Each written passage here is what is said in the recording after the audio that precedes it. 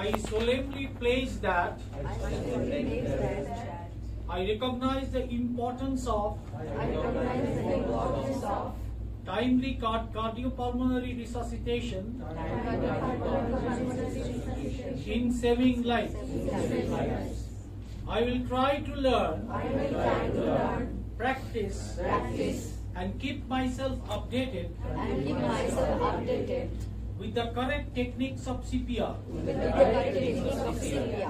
আমরা আশা করব যে আমরা ট্রেনিং দেওয়ার পর শুধু আপনারা জানবেন না, আপনারা বুঝবেন, আপনারা নিজের হাতে করবেন এবং বেরোনোর আগে এতটাই কনফিডেন্স গেইন করবেন যাতে আপনি পরবর্তীকালে নিজে একা করতে পারেন সেটা।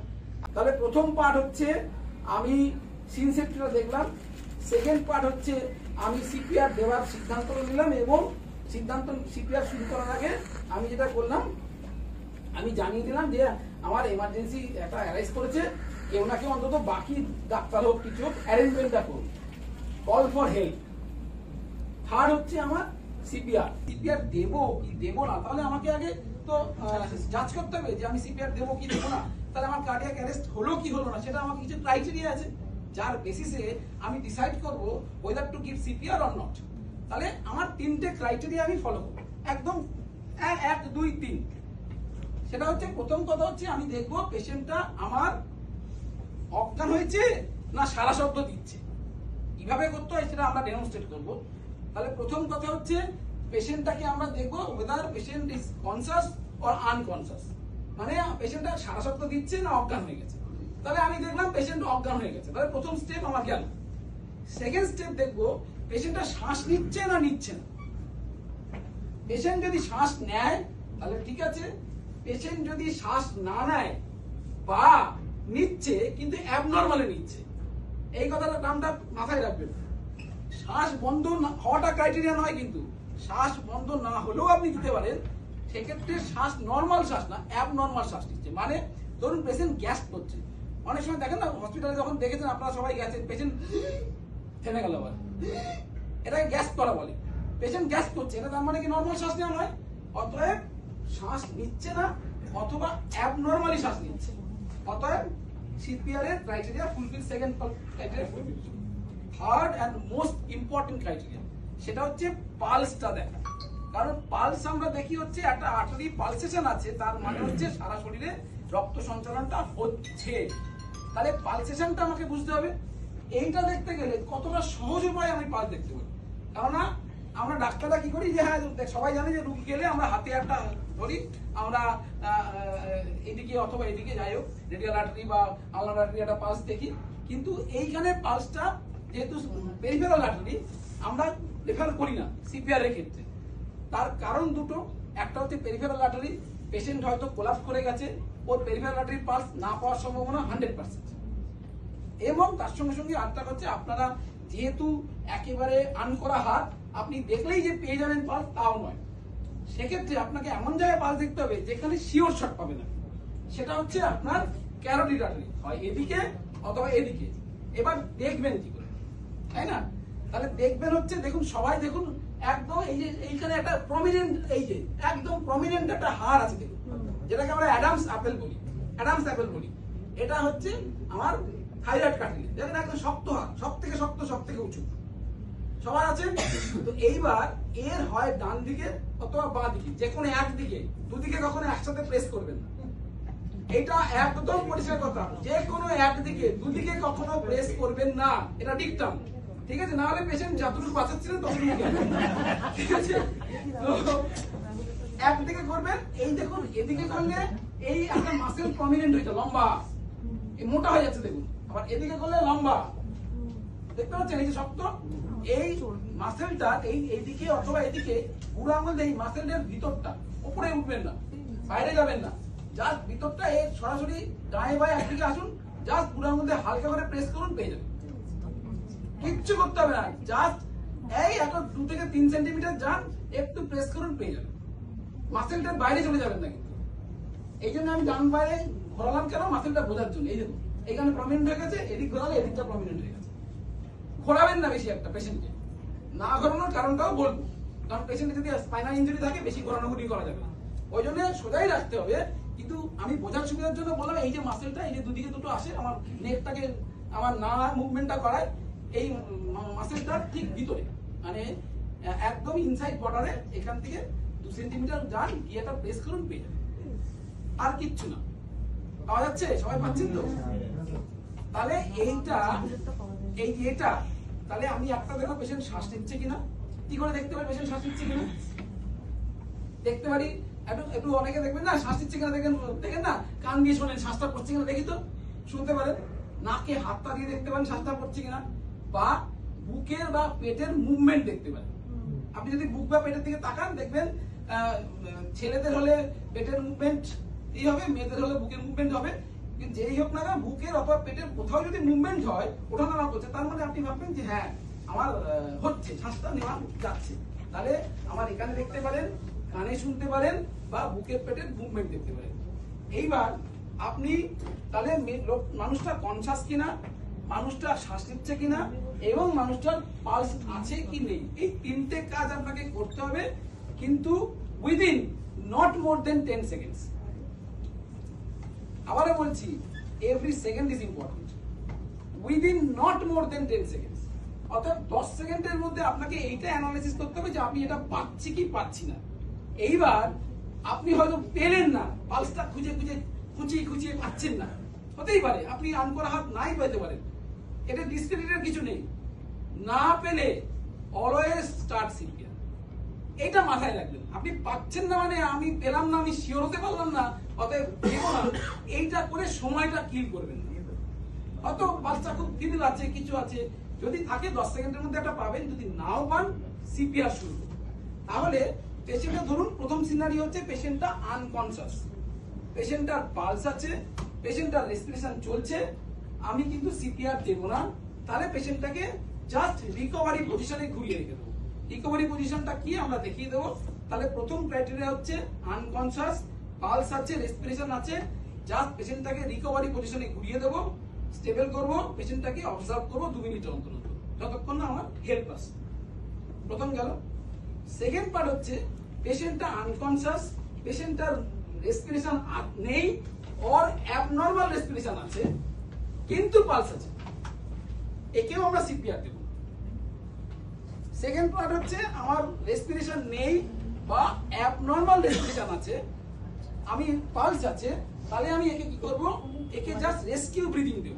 রেস্কিউ ব্রিদিং কথাটা মনে রাখুন, কি বলে দিচ্ছি। প্রথমটাই হচ্ছে জাস্ট রিকভারি পজিশন, সেকেন্ডটাই হচ্ছে শুধু রেস্কিউ ব্রিদিং। যেহেতু সার্কুলেশন চলছে, অতএব সিপিআর দিয়ে আমার নতুন করে সার্কুলেশন দেওয়ার দরকার নেই, রেস্কিউ ব্রিদিং দেব। থার্ড পার্ট কিছুই নেই, আমি স্টার্ট করবো সিপিআর। তাহলে সিপিআর এর ওয়ান অ্যান্ড অনলি ক্রাইটেরিয়া হচ্ছে আমার পালস এন্ড পালস। যদি না পাই সিপিআর দেব, যদি পাই আমি অন্য ক্রাইটেরিয়া অন্য এই করবো। এইবার তাহলে আমার সিপিআর প্রপার, তাহলে প্রথম পার্টটা আমার হয়ে গেল।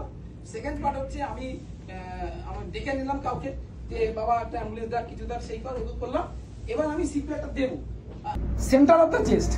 এবার সেন্টার অফ দ্য চেস্ট বলতে আমরা বুঝি স্টারনামটাকে, স্টারনামটাকে বুঝতে গেলে স্টারনামের এই সেন্টার অফ দ্য স্টারনাম একটা দেখতে পারি আমরা, জাস্ট নিপিল লাইনের মাঝখানটা দেখতে পারি। তবে নিপিল লাইনের মাঝখানটা আরবিট্রারি। সব থেকে ভালো হচ্ছে আমরা এই দেখুন, এখানে একটা উঁচু জায়গা আছে, এখানে একটা উঁচু জায়গা আছে ম্যানিপুলাম স্টার্নিং, আর নিচে জেবি স্টার্নাম, ঠিক এখানে একটা গর্ত আছে, এই দুটোর ঠিক মাঝখানটা। সবাই নিজেরটা ধরলেই বুঝতে পারবেন, এখানে একটা উঁচু জায়গা, এখানটা একটা গর্ত, ঠিক মাঝখানটা সেন্টার অফ দ্য চেস্ট। ঠিক আছে, এই সেন্টার অফ দ্য চেস্টে আমি কম্প্রেশনটা দেবো। এবার কম্প্রেশনটা দিতে গেলে আমাকে যেটা করতে হবে, এই কানটা দিয়ে দিতে হবে, এই কানটা দিয়ে কম্প্রেশন দিতে হবে, বেস অফ দ্য পাম্প দিয়ে দিতে হবে। সারা হাত দিয়ে দেবো না, দিলে কিন্তু ঠিক এইখানটাই প্রেশার দিতে হবে, নাহলে কিন্তু আমার ঠিক হার্টে গিয়ে প্রেশারটা পড়বে না। কারণ আমার উদ্দেশ্য হচ্ছে হার্টকে কম্প্রেস করা, সারা শরীরে রক্ত সঞ্চালনটাকে চালিয়ে যাওয়া। তাহলে এইখানে ধরবো, এই যে কোনো এক হাত, আমি যেহেতু ডান হাতি লোক, আমার পক্ষে ডান হাতটাই সুবিধা, কারণ চাপটা বেশি দিতে পারবো। আপনি এরকম ভাবে ধরতে পারেন, কোনো অসুবিধা নেই। আমি এভাবে ধরতে প্রেফার করি বলে আমি এভাবে ধরছি। এইটা ডান হাত, বাঁ হাত তার উপরে রাখবো, এই ইন্টারলক করা বলে এটাকে, যাতে আমার দুটো হাত একসাথে পড়ে। যদি ছেড়ে পড়ি তাহলে এটা একবার পড়বে, এটা একবারে পড়বে। ধরে দেখবেন এটা হবে, কারণ এটা ইন্টারলক না করা থাকলে 2, 4, 5টা দেওয়ার পর দেখবেন এদিক চলে গেছে, ওদিক চলে গেছে। এটা যখন করবেন তখন বুঝতে পারবেন 10 বার 15 বার করার পর কিন্তু আর মুভমেন্ট এদিক ওদিক হয়ে যাচ্ছে। তাহলে এই জাস্ট ইন্টারলক করলাম। এইবার রাখাটা দেখুন, চেস্টের সেন্টার অফ দ্য চেস্টে আমি রাখছি, এইখানটা রাখবো, এটা উঠে থাকবে। কারণ এটা যদি দিয়ে দিই তাহলে পুরো চেস্টের কম্প্রেস হচ্ছে, কিন্তু আমার উদ্দেশ্য এই জায়গাটা কম্প্রেস করা, তাই না? অতএব আমি কিন্তু এরকম উঠে আছি। এইটা যখন করছি আমার কিন্তু শুধু কোমর বেঁকছে, হাঁটু বেঁকে নি, কোমর বেঁকছে, এবং এই যে শোল্ডার এবং আমার হাত এক সরল রেখায় থাকবে, অর্থাৎ আমার এলবো বেঁকবে না, বোঝা গেছে? এলবো সোজা থাকবে। এই জাস্ট ধরলাম এই এতটা, এইভাবে আমার পুরো বডির প্রেশারটা কিন্তু এই হাতের উপর, আর কোনো প্রেশার আমার বডির নেই, কিন্তু পুরো প্রেশারটা দিয়েছি আমি এতটা। দেওয়ার পরে আমি যে কম্প্রেস করছি, কতটা কম্প্রেস করব? এইটার ক্ষেত্রে বলি 2 ইঞ্চি কম্প্রেস করবো আমরা, 5 সেন্টিমিটার। এবার 2 ইঞ্চি যদি বুঝতে না পারি তাহলে যেটা করব, এই যে অ্যান্টেরোপোস্টেরিয়র ডায়ামিটার তার 1/3 কম্প্রেস করব। এটাকে 3 ভাগ করে নিন, তার 1 ভাগ কম্প্রেস করব, এটা বুঝতে সুবিধা হবে, বোঝা গেছে? তাহলে এই গেল আমার স্ট্রেট হলো, পুরো মুভমেন্টে পুরো বডির প্রেশারটা পড়ছে আমার এই হাতের উপরে, আমরা কম্প্রেস করছি 2 ইঞ্চি কম্প্রেস করছি, এবং এটা চলবে হচ্ছে 2টো কম্প্রেশন পার সেকেন্ড।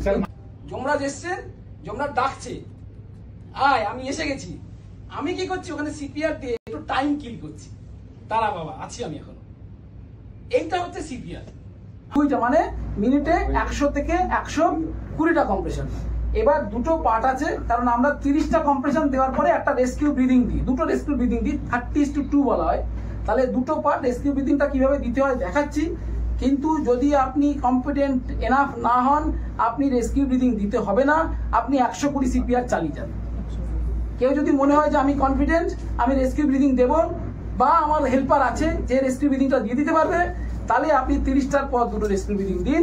যদি না দিতে পারেন তাহলে সিপিআর 120টা করে যেতে হবে। এটা 1 ঘন্টা পরে যখন হসপিটালে নিয়ে যাওয়ার আগের মুহূর্তে এবং নিয়ে যেতে যেতে যদি আমি সিপিআর দিয়ে নিয়ে যেতে পারি, তাহলে পেশেন্টটার সার্ভাইভাল রেট অনেকটা আমিই বাড়িয়ে দিলাম।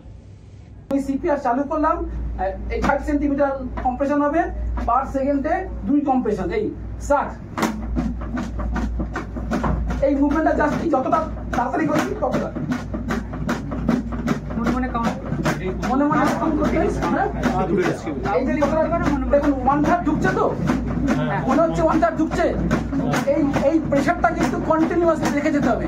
মানে আমি কথা বলে দিচ্ছি, মানে আপনি যখন দেবেন তখন অতটা বেশি মনে হবে না, কিন্তু এই যে প্রেশারটা কন্টিনিউয়াসলি রেখে যেতে হবে। একদম 30 ব্রেথ 30 কম্প্রেশন হয়ে গেল 15 সেকেন্ডসের মধ্যে। আফটার দ্যাট আমি এবার রেস্কিউ ব্রিদিং দেব, ঠিক আছে? রেস্কিউ ব্রিদিং দিতে গেলে আমি প্রথমেই বলেছি, আবারও হেড টিল্ট, জ লিফট, এবং হচ্ছে আমার মাউথ ওপেন করব, নস্ট্রিল বন্ধ করব, সিল করে দিলাম নস্ট্রিলটাকে, এইটা দিয়ে এই ধরে এই যা সিল করে দিলাম। এইবার আমার উদ্দেশ্য হচ্ছে মুখে পরে শ্বাস নিয়ে সাস্টেন একটা প্রেসার দিয়ে সিল করে, এই সিলটা করার পরে কিন্তু মুখে এই করে মুখে হা করে মুখটা সিল করলাম। এটা আবারও বলছি, যদি কেউ কনফিডেন্স না পান, করতে না চান, 120 দিয়ে যান। অনেকে আবার মনে করে মুখে কেন দেবো বাবা, আমার এত বাদ বিচার আছে, দিতে না পারলে কোনো অসুবিধা নেই, আপনি এটা দিয়ে যান। এটা প্রসিডিওর শিখে রাখুন, শিখে রাখার দরকার। যদি মনে হয় এটা আমি কনফিডেন্স পাচ্ছি না, ছেড়ে দিন, এটা দিয়ে যান, ঠিক আছে? এই যে মাথা স্ট্রেট করলাম, এই জাস্ট চিন লিফট, ঠিক আছে? এইটাকে এই যে হেড টিল্ট, ঠিক আছে? হেড টিল্ট, চিন লিফট, এই যে জ এলিভেশন করলাম, করে মুখ খুললাম, এটা বন্ধ করে দিলাম, দিয়ে ছবি আছে না, ঠিক আছে? দিয়ে এবার মুখে দিয়ে যেটা করবো, আমার মুখে দেবো একটা সাস্টেন প্রেসার দেবো। আমার চোখ কিন্তু থাকে বুকের দিকে, চোখ ওদিকে না, কিন্তু আমার চোখ থাকছে বুকের দিকে। আমি দেখবো চেস্ট এলিভেট করছে কিনা, হাওয়া ঢুকছে কিনা, সব বন্ধ করে দিয়েছি। হাওয়া যাবে কোথায়? বুকেই তো যাবে। যে লাংস ফুলবে, চেস্ট উঠবে। যদি গুড কোয়ালিটি সিপিআর হয় তাহলে চেস্ট উঠবে, যদি চেস্ট না ওঠে তাহলে আমাকে আবার রিপোজিশনিং করতে হবে, তার পজিশন ঠিক নেই বা খুব ভালো দিতে পারছি না। বোঝা গেছে? এক একটা 1 সেকেন্ড করে সময়, 2 সেকেন্ডে দেবো, আবার সিপিআরে চলে যাবো। যদি আমি মারপিট করার দরকার নেই, এই উঠছে না, আরেকবার দে, ভালো লাগছে না, এই হচ্ছে না, আরেকটু ভালো করে দিলে হতো, কিচ্ছু সময় নেই, দিতে পারেননি, ছেড়ে দিন, পরেরটাই চলে যান। আবারও বলেছি, ইন বিটুইন 2 সিপিআর এই যে টাইম ওয়েস্ট করছেন এটা 10 সেকেন্ডের বেশি না হয়।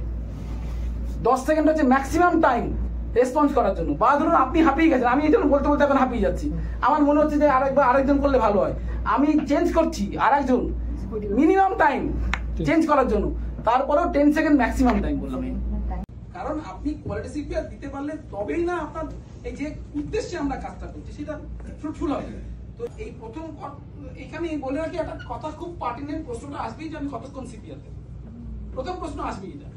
সেক্ষেত্রে বলে রাখা ভালো যে সিপিআর হচ্ছে এমন একটা প্রসিডিউর যেটা হচ্ছে আমি বললাম পেশেন্টটাকে আমি ওই যে বললাম যমরাজের টাইমটাকে একটু কিল করছি, তো যতক্ষণ না বাঁচিয়ে দেওয়ার মতন ওষুধপত্র পড়ছে ততক্ষণ আমাকে সিপিআর দিতে হবে।